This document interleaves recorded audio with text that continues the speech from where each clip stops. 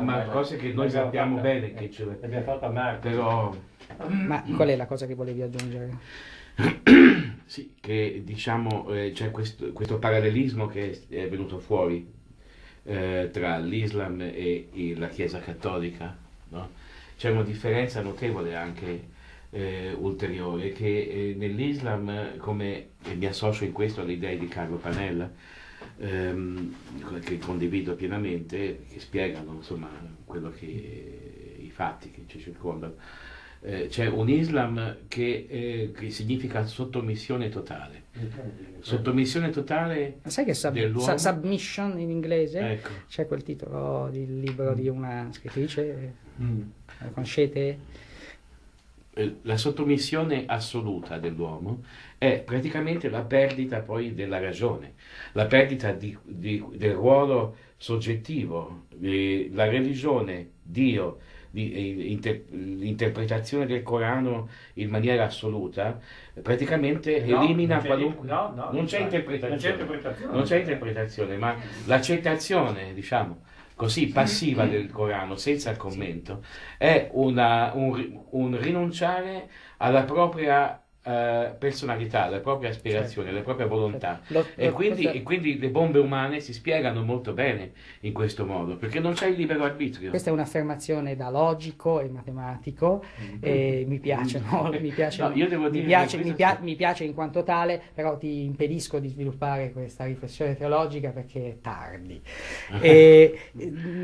Giorgio Sì. ed Enrico, così, C'era una sua provocazione, Così- una provocazione, un suo così- passaggio su cui vorrei tornare, sì, in effetti.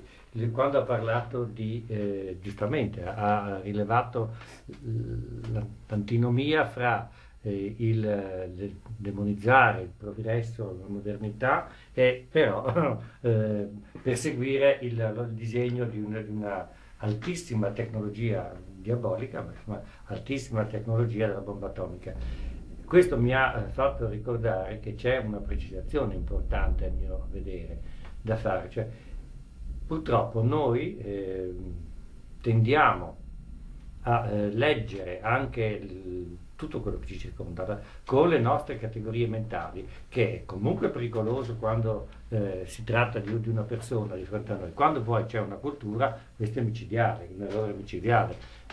Quindi noi, uno di questi fraintendimenti, di questi stereotipi in cui tu hai detto bene che c'è stata così una messa in scena, una saga dei luoghi comuni, oggi ti devo credere sulla parola perché non c'ero, uno di questi luoghi comuni è di pensare all'Islam come un qualcosa di arretrato, qualcosa che di molto povero, di povero intellettualmente, eccetera, eccetera, che se noi siamo buoni, se li aiutiamo, se li aspettiamo, eccetera, eccetera, ci raggiungeranno. È diverso, cioè questo è un frutto di una grande ignoranza culturale. L'Islam già nel 1300, quando si è trovato di fronte al bivio quando ha cominciato a percepire quanto l'elaborazione del profeta divergeva dalla realtà, di fronte alla scelta fra fedeltà alla tradizione o adeguamento alla modernità, ha scelto l'immobilismo della fedeltà alla tradizione. Se poi un certo messaggio era ormai antistorico nel 1300, figuriamoci 700 anni dopo. Però comunque se non capiamo questo, se non ricordiamo questo, rischiamo di fare un discorso viziato da un presupposto sbagliato per queste persone. certo. E però ci sono dei meccanismi, dei processi di modernizzazione, e adesso non ricordo l'autore, ma si dice esattamente come per il cristianesimo, che si voleva trovare a cristianizzare la modernità, e invece c'è stata una modernizzazione del cristianesimo ultimo decennio a parte, diciamo, almeno una reazione evidentemente, così per l'Islam. Quindi ci sono dei processi, ed è per quello che occasioni di vicino lontano, occasioni l'incontro, il dialogo, servono proprio a creare dei punti. Guardiamo, dico solo una cosa, i musulmani una volta arrivati in Italia, che si sganciano da queste radici molto spesso culturalmente, non mi permetto di parlare della religione, ma culturalmente estremamente oppressive. Ebbene, una volta arrivati nei nostri paesi si sentono liberi, iniziano a costruire le loro famiglie, a costruire le loro case, a non frequentare la moschea, cioè o il centro culturale, ovvero a secolarizzarsi esattamente come avviene in tutte le religioni e a viverla in una maniera meno da bandiera, meno da subcultura e più invece come una religione vissuta nel proprio cuore. Allora questo è il percorso, è per questo che Vicino Lontano, o noi che siamo qui oggi, dobbiamo pensare a un percorso che duri tutto l'anno con queste persone, perché questo è il linguaggio comune che può legarci. Non sono del tutto d'accordo su questa interpretazione, perché questo mi sembra il discorso che faceva pur una persona intelligente, colta, un grande pensatore, come Benedetto Croce, che diceva e scriveva a Momigliano. Ma insomma, questo insistere, questo sottolineare le brecità, se ti decideste a mangiare maiale, a lasciare perdere il trattato di Shabbat, eccetera, noi vi accoglieremmo volentieri, come sì, appunto, nel momento in cui rinunci e qui non sei più ebreo per forza, insomma, a questo punto non sei più ebreo, anche il discorso, guarda, questa, secondo me è una perdita, è una perdita questa secolarizzazione di cui tu hai visto invece gli aspetti positivi. No, nel modo di viverla. Ma no, ma resti, no, io vorrei invece che restassero fedeli alle loro tradizioni, ma loro festeggiano il venerdì, tu festeggi domenica, ne facciamo sabato, ma ognuno... Questo è il colore che vogliamo nella società, ma il punto di riferimento non deve essere più per la convivenza, non devono essere le religioni e i precetti religiosi, ma la dichiarazione dei diritti dell'uomo, e quindi diritto alla libertà e rispetto degli altri. Devo frenare subito questa conversazione prima che derivi da 10 minuti che definitivamente, anche perché noi abbiamo un appuntamento importante, vero? Andiamo a salutare una persona che è nostro piacere accogliere in questa città, è una scrittrice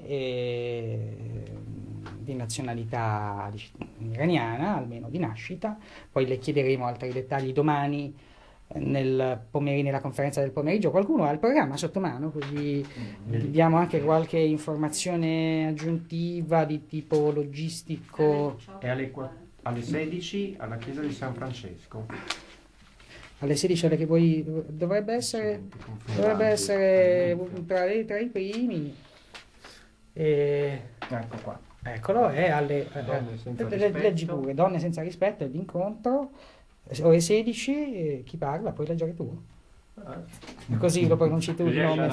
Di Avan, Renata Pepicelli, moderatori Giampaolo Carbonetto e Deborah Borca, con il sostegno della Commissione per le pari opportunità del Comune di Udine. Domenica. Alle ore 16 di domenica 13 maggio, chiesa di San Francesco, Udine. Ecco, noi andiamo a ascoltare una testimonianza, ripeto, interessante. Con quale aspettative voi, diciamo, vi recherete assieme a me, spero, se mi saluterete ancora, a questo incontro? Tu in particolare? Ma un confronto con la realtà dell'Iran che oggi non ho sentito da Khatami. Giorgio? Sono aperto a... non mi pongo delle aspettative precedenti, vado a sentire. Certo è che adesso viene fuori il Giorgio Linda diplomatico, abbiamo appena contestato la diplomazia di Khatami e tu mi fai lo stesso trucco, io in realtà ti smaschero dicendo che tu sei ben contento di salutare, no? Certo, anche privatamente. Cosa ti aspetti? A me sembra di ricordare che fuori onda ti sei detto felice appunto di salutarla anche certo, in veste umana oltre che di scrittrice. Certamente sì, è quello che dicevo prima, mi piacerebbe avere l'occasione di chiederle se la sua posizione è minoritaria, appartiene a quella maggioranza silenziosa, come ho già detto, o dell'altro anche. Sì, anch'io sono ansioso di conoscerla e ascoltare le sue esperienze, sapere se riesce a continuare ad avere dei legami con i suoi amici, la sua famiglia, non so niente di lei, e se può avere delle informazioni sugli studenti islamici, per esempio, che sotto Khatami sì, sono